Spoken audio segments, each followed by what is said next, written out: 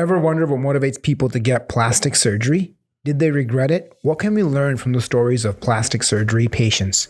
We're here to explore these questions and get some answers today with my guest Jessica on the Plastic Surgeon Podcast.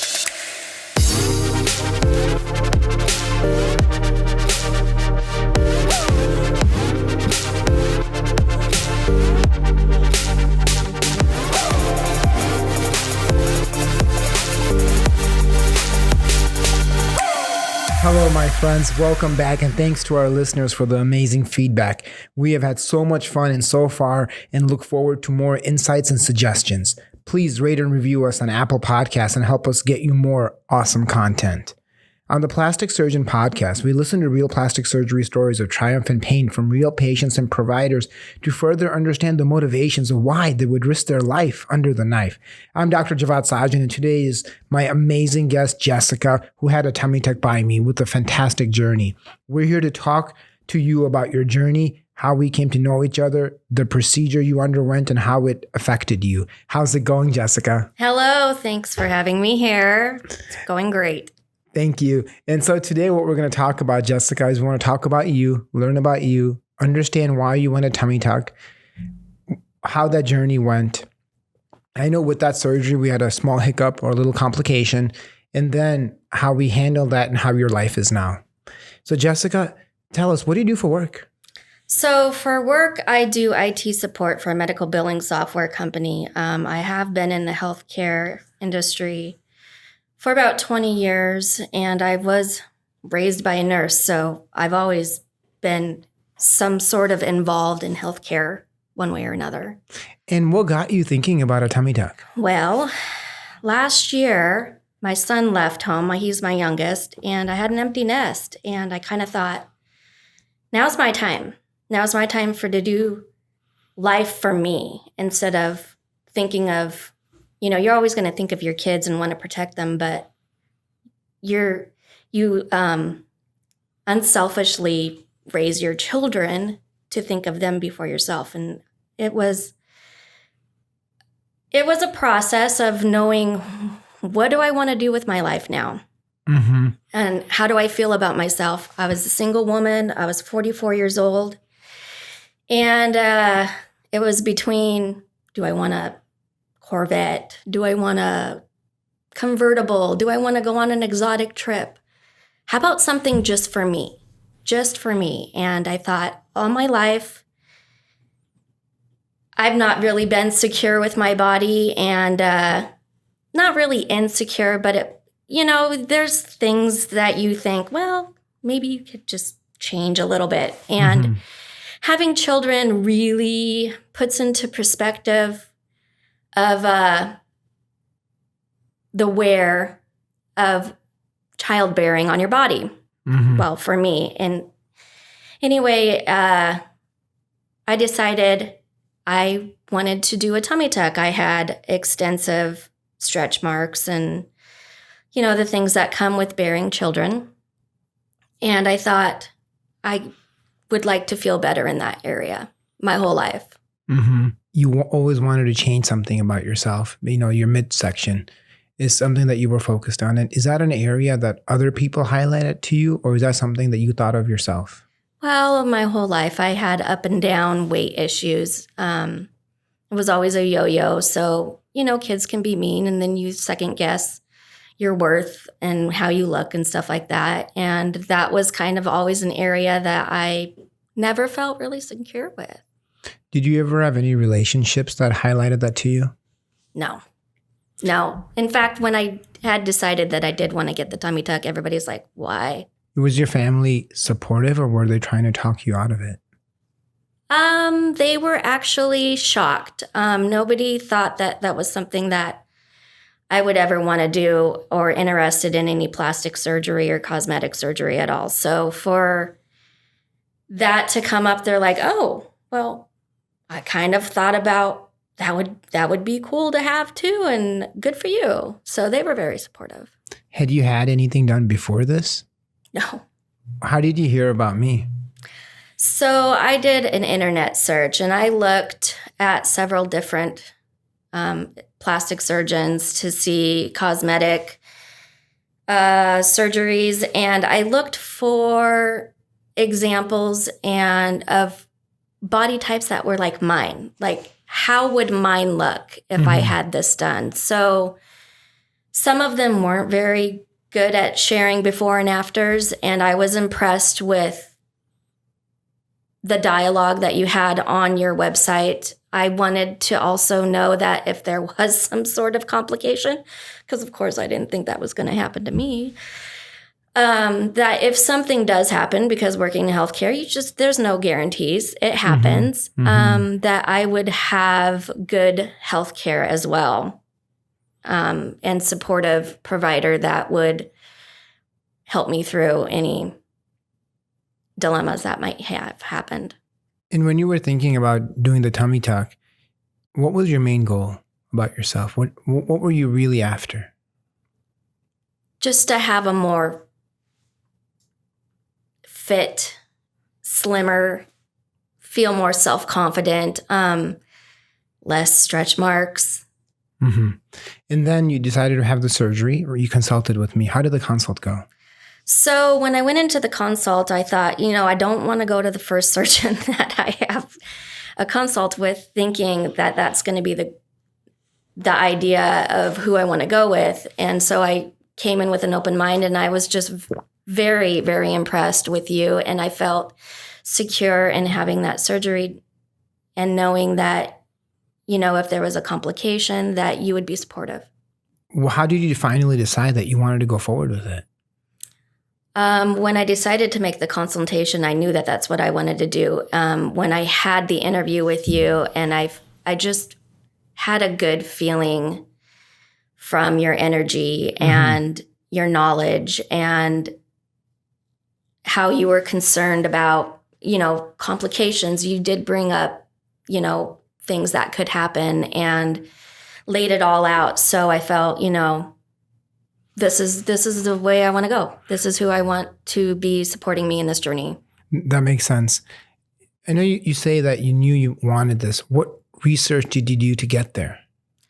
Well, I have a friend who had the experience herself, and, it's kind of scary having that severe of a surgery done on your body. And she did say, it is a hard one to recover, but you're not going to regret it. And your friend had another doctor. We're not going to name anybody. What made you want to come to me versus the doctor your friend might have had? I was impressed with the before and afters on your website and what you had to share with, the teaching part of it. I thought was fascinating too, that you also want your patients to learn with you the process and growing together from that. Where did you get the teaching part of it? Just in between the words that you had said on the website, I felt like you want your patients to be educated and knowing what they're having done. Makes sense. And then when you came in for the consult, I drew what skin we were going to remove, what our approximate plan was. And then did you book that same day, or did you go home and think about it a little bit? No, I booked it that day. Okay, that's awesome. Then there was time between then and surgery. Did you do things to prepare? No, I didn't know I walked more and watched what I ate, and then COVID came. There was a lengthy amount of time from the time that I booked it until the surgery, and COVID came probably right in the middle. Yeah, then we had to cancel and reschedule. Yeah. And so all of the effort of walking and watching what I ate, of course, the holidays came in between there, so there was a little thwart in that process. But after COVID and things getting canceled and not knowing, what to expect in life anymore, I'm just like, I'm going to enjoy what I have going on in my house, and food is one of them. I think all of us did that. I don't know anybody who didn't, right? There was nothing to do. Gyms were closed, very limited activities. Why not? So we delayed the case because of COVID. Then surgery day came, and then I saw you for the markings, and we had a discussion that day about doing the tummy tuck, and we marked it out. How were you feeling when you were there that day? Really nervous. Of course, you have it in your mind that if there are complications, that it won't be as major as you think it will be, that you're just overthinking things. And it's probably a good thing to overthink things because you just don't know what's going to happen. But I felt confident. I knew that we would be able to work through any issues that would arise. Had no idea what we would be working through. Correct. And you're so right. Surgery is technically, for many people, right, it's not a hard thing to do as far as getting the procedure done. The hardest part, I think, of the whole process is the healing, right? Because that's something we don't have 100% control over. When I do the operation, Jessica, I have control over, for a tummy tuck, how much skin I'm going to remove, how tight I make the muscles, how much fat we're going to remove with liposuction. And then the question comes, how is it all going to heal? And that's the hardest part. When you're a doctor doing what I do, there's science to it. You have to understand the blood supply to the abdomen. You have to understand how to fix the muscles, right? And then there's a lot of art to it, and that understanding how much skin you can remove to give the contours the patient wants. And I would say the hardest part of what I do, Jessica, is when I do these operations, so many of them, I have to walk a fine line. And that line is I have to do an operation that's significant enough where you have a result and you can see a result while not giving somebody a problem.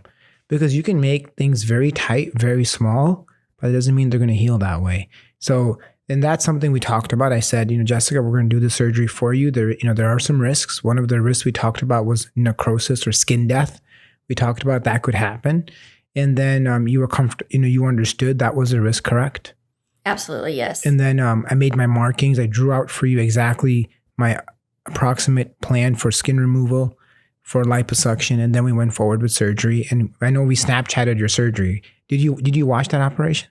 No, I didn't even know you Snapchatted it. Really? We don't save them. Sorry. Anyway, so we did the surgery. It went very smooth. And then how was that time in recovery? Do you remember how it felt? I am going to admit I underestimated the amount of recovery that it would take. I thought, well, I'll bounce back. I've bounced back from childbirth. I don't think I've ever had really major, other than an appendectomy.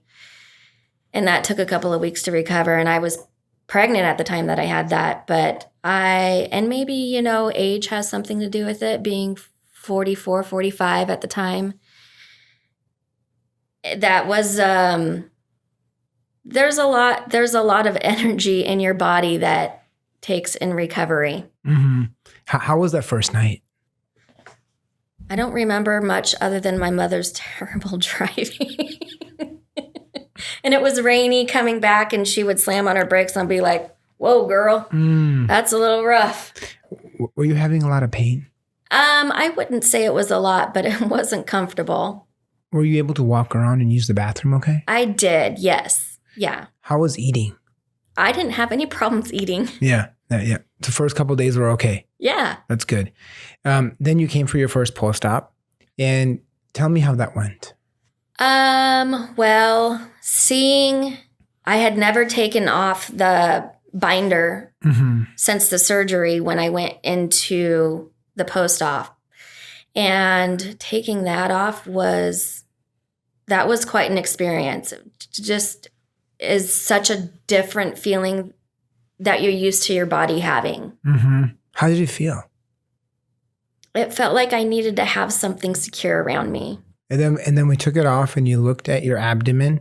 How was that look to you? Well, I thought it looked great, other than you could see on the skin where it was dying. Yes. And I remember that appointment. We looked at it, and I shared with you there was an area in the bottom of the middle of the incision where it did look like the skin wasn't getting great blood supply. And how did you feel when I told you that? I still felt positive that it would work out. You don't know what to expect until it's right in front of you. So you knew that it was going to be a process. There's something else new going on here that you weren't quite used to, but I still felt confident that it was going to work out. I think I just put a lot of positivity into the healing process. And so that's what I worked with getting through it. And I think that says a lot about you. Having got to know you over the past several months, it's been so amazing and such a pleasure. But I can tell you, your outlook in life is amazing, right? When you look at things, you don't look at what's not there. You look at what's there. When you see a problem, you don't focus on the problem. You focus on how are we going to make it better.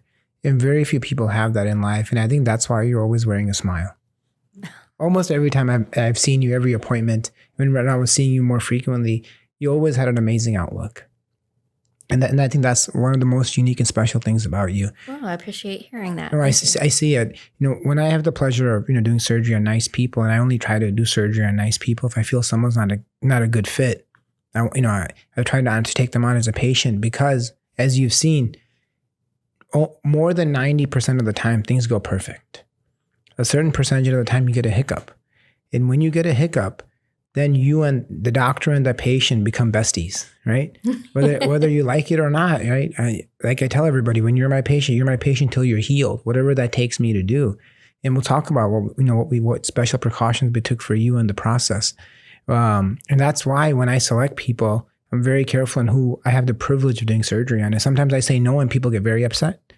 However, this surgery is a two-way process, in my opinion. Patient and doctor, and you have to be congruent because it's a relationship that's there for many people a lifetime. Wouldn't you say so? Absolutely, yeah. I don't think that I could have gotten through it without the positivity from you as well. Thank you. So I saw your skin. Your skin, one area didn't look very healthy. I shared with you that I felt the blood supply wasn't very good. I knew you lived 3 hours away, and it was, and told you we're going to watch it carefully. But we're not going to rush to do anything, but we're going to act when needed. And then you went home that day, correct? Mm-hmm. Well, yeah, I actually was recovering at my mother's in Port Townsend. So the first 2 weeks, I went to her house to recover. How were those 2 weeks? How were things going every day? What were you noticing? I felt like every day was a new experience. I felt better every day. By the third day, I thought, I'm going to get off the pain medication. That was a little bit of a jump. So it took maybe probably another 3 days before I was fully off of it. But I was feeling so much better every single day. And I know you were using a walker in the beginning because I put all my patients in a walker to minimize stress on the incision and to help them maneuver and walk. How was that? It was so helpful to have the walker because you don't really want to stand up right. And having the extra support is very helpful. And then you came back and saw me. I was seeing you weekly initially because you were close. I knew you lived longer away. And that skin area that wasn't getting good blood, slowly it went from dusky, right, which was like a blue, to a black area. And I shared with you that you were getting one of the complications that we had chatted about, which is called skin death or necrosis. And how did that go over? Well, there's not any going back, so I just knew that we would move forward, however that process would be, and we would work through it. Then you came for your appointment, and I shared with you I would have to cut out or remove the dead skin. Because when somebody gets necrosis, you wait till you see what area isn't doing healthy, and then you have to, it's called debridement or removing that area. I removed that skin for you, and then we had a wound, right? Tell me how that process was of removing the skin. How did you have pain with that? No, there was no pain with it, but the visual was, that was a little. How did you cope with that? Oh, well, it was kind of a step back. You know, you have to take a new direction when you find a complication like that, and going through all of that effort of having the surgery done, and then you have a little bump in the road that you need to get around. You have to take a step back to reassess which direction, how you're going to maneuver over that. So I felt like we did well with that process. Yes. And I debrided it. You had, for people that don't know, when you remove some skin that didn't make it, you end up with a hole in the abdomen. It doesn't go to your organs, but it goes basically deep underneath the skin. and we had that area. And then we first started a little bit more conservative wound care where you were changing gauze a couple times a day, right? Yeah, it's parts of my body I never thought that I would see. And how was doing that wound care yourself? My mother helped me at first. I'm lucky that my mother is experienced in healthcare. She's been a nurse for 50 years. And so she helped me in the beginning when I first went back home for about 2 weeks. And then after I started doing it on my own, it got easier after the first day. We did that for a while, and you lived a few hours away, about 3 hours, right? Mm-hmm. Yep. And I remember you were working, and I knew this was impacting your life, obviously, not for the best. It was a little roadblock, but we were going to get through it together. And so I made some accommodation the best I could. And I decided that we were going to see you every Saturday, right? Me and my wife, she was going to help me. How was that? Okay. So the fact that you were thinking of me and my job and would sacrifice your own weekends to take care of my health, I can't tell you how impressed and thankful I was for you to do that for me. And I knew at that moment that the healing was going to go so much better, that I would have that support. Of course, absolutely. Now I would do it no other way. When someone trusts me with, literally putting their life in my hand, Jessica, I take it very seriously. I don't take it for granted. I don't see it as my right or I deserve anything. I meet a lot of doctors, young doctors, or people who've been doing this for a couple of years. They come to me, right, and they ask me for advice. Even older docs, which I'm surprised, are like, hey, why are you so busy? How come you're doing so much? What do you do that's different? And some of them, very arrogant, some, not all.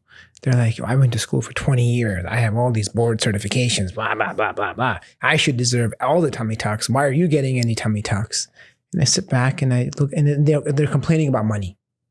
That's all they talk about, some of these people. And I sit back and I ask myself, the problem with you is right now.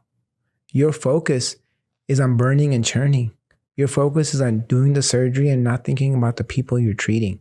A lot of people ask me, Jessica, so hey doc, these same people, other doctors, are like, oh, what's your secret for being busy? How do you do so much? You have the podcast, the YouTube series and all these things that you do. And the patients are, why are they waiting so long to see you? Nobody wants to wait more than 2 weeks for me. And I tell them it's very simple. All you have to do is treat that patient like your family or friend. Literally. Not, don't just say it, but believe it. And that's why, I was happy to give up my Saturdays for whatever I had to do. And I don't even see it as a give up. Some people see it as a sacrifice. I don't see it that way. I see it as I had the privilege of operating on Jessica, who's an amazing, kind, sweet person who I really value, and I got to know you. And now we got a little stumble, fumble, whatever you want to call it. And now we're going to get through it together. And I'm happy she's letting me help her. And that's the mentality that I have. Just like you see things positively, I see it that way. We had a bump in the road.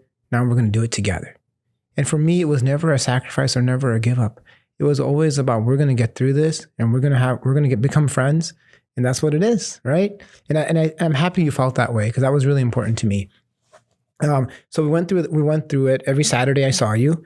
We did the gauze dressing. We cleaned up the wound. Mm-hmm. And then we did that pump thing, right? Oh, yes. Yes. So first we got the wound controlled and clean. Then we did what's called a VAC. A VAC is a vacuum assisted therapy, where somebody puts a special dressing that's connected to a pump. And what that pump does is it applies negative pressure.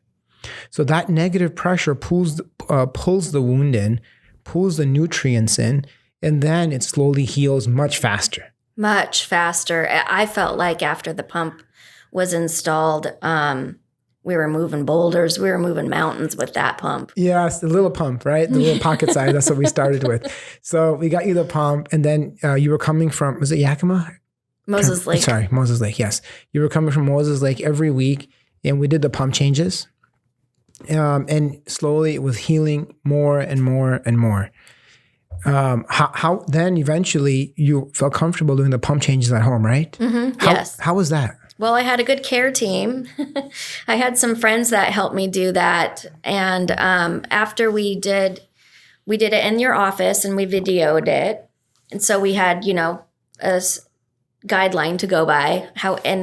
We didn't have any issues at all any time that we had to install the pump on the abdomen.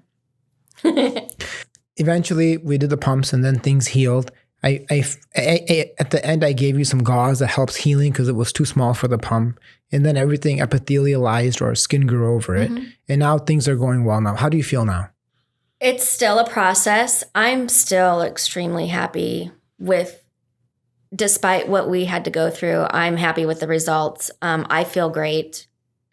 There is still healing going on. Not with the outside of the skin, but I still feel internally that things are still healing inside. You can feel a little bit of difference within the areas where the skin, the flesh is a little bit different than the rest of the areas. And that area healed slower. So now, we're in the phase of it sort of becoming more like you. And it's going to, I haven't seen it recently because I know you live far away, and we're gonna keep close tabs on you and check on you. But I'm telling you, you're gonna probably tell me it's a little bit firmer, it's a little bit more numb. It's not as soft. And oftentimes when somebody ends up getting a little bit of necrosis, what happens is where that end comes in, the scar falls in like a divot, like a crater. And like I shared with you, certainly once things are settled and you're ready and you want it. I typically, what we'll do is I'll do a revision for you. And obviously there's no cost for that, but we take out the skin there and we pull the stomach down a little bit to help get rid of that crevice so things are more flat and the incision is more congruent. Because what happens is with healing, there's two types of healing, like primary and secondary intention, basically.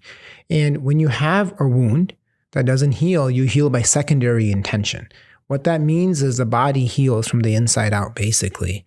And when that happens, the biggest issue oftentimes that you deal with is a scar that's thicker, which can be easily treated doing a scar revision. Does that make sense? Yeah. So that will, if you want that, obviously I'm happy to do it. That would be the final phase of getting things tidied up and getting you as tight as possible while giving you a nice scar that fits in the incision line that we made. I do have to say, despite the complication, there was a positive side of that as well. As the wound healed up, it also lifted up the pubis area. Yes. So that's a nice refresher. Yes. When you get that, things do end up a little bit tighter oftentimes. You're correct. Tell me, how do you feel about yourself now? I have so much more confidence than I've ever had before. I wear clothing a lot more tight around my midsection than I ever would. And every day I go to bed and every day that I wake up, I feel more confident with my body, much more confident than I've ever felt in my whole life. That's wonderful. How do clothes fit?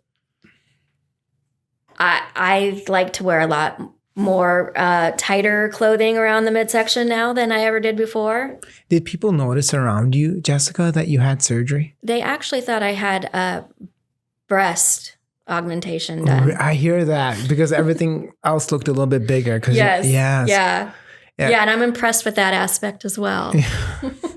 Aside from having more confidence, which is really one of our big objectives in doing this operation, I would share with you, some people may have said, maybe the surgery shouldn't have been done. We should have waited till a later time. Maybe had you lose more weight, which we know we did talk about.